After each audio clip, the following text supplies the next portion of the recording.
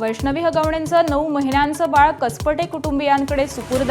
बाणेर हायवेजवळ अज्ञाताने बाळ सोपवल्याची कुटुंबियांची माहिती.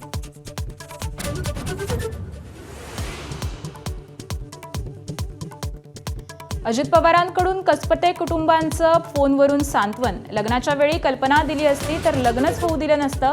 वैष्णवीला न्याय देणार अजित पवारांचं आश्वासन.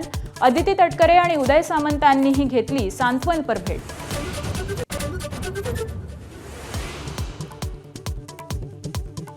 केवळ हकालपट्टी नको तर राजेंद्र हगवणेंना तातडीनं अटक करा. वैष्णवीच्या वडिलांची मागणी. सुनेच्या आत्महत्येप्रकरणी गुन्हा दाखल झाल्यानंतर हगवणे फरार.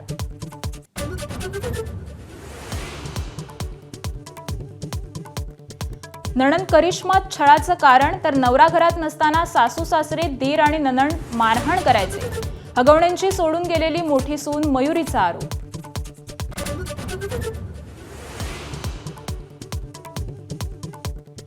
शशांकलाच महागड्या वस्तू सासऱ्यांकडून हव्या होत्या.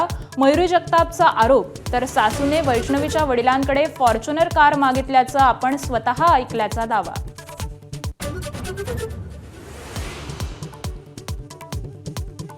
वैष्णवी हगवणेंची आत्महत्या नव्हे तर हत्याच. सुप्रिया सुळेंचा आरोप. आरोपींना कठोर शिक्षा व्हावी सुप्रिया सुळेंची मागणी.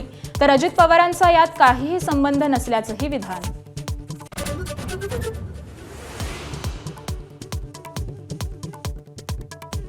सिंदूरचा जेव्हा बॉम्ब होतो तेव्हा काय होतं हे जगाने पाहिलंय. राजस्थानच्या बिकानेरमधील सभेत पंतप्रधान मोदींचा पाकिस्तानला इशारा. पाकिस्तानी उच्चायुक्तालयातील आणखी एका अधिकाऱ्याची हकालपट्टी. हेरगिरीच्या आरोपानंतर टेक्निकल ऑफिसर मुजम्मिल हुसेनला तातडीनं देश सोडण्याचे आदेश.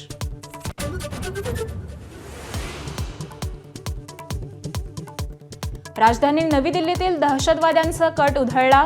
3 महिन्यांच्या गुप्त कारवाईनंतर ISI हँडलर्सच्या संपर्कात असलेल्या दोघांना अटक करण्यात आली.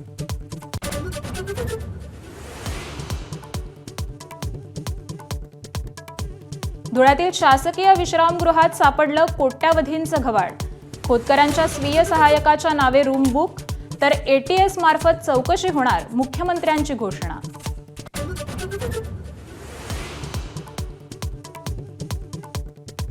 नाशिकच्या जिंदाल कंपनीला लागलेली गेल्या 56 तासांनंतरही धुमस्तीच. कंपनीपासून 1 किलोमीटरवर परिसर प्रशासनाकडून रिकामा. प्रोपोलिनच्या टाकीपर्यंत आग न पोहोचू देण्याचे युद्धपातळीवर प्रयत्न.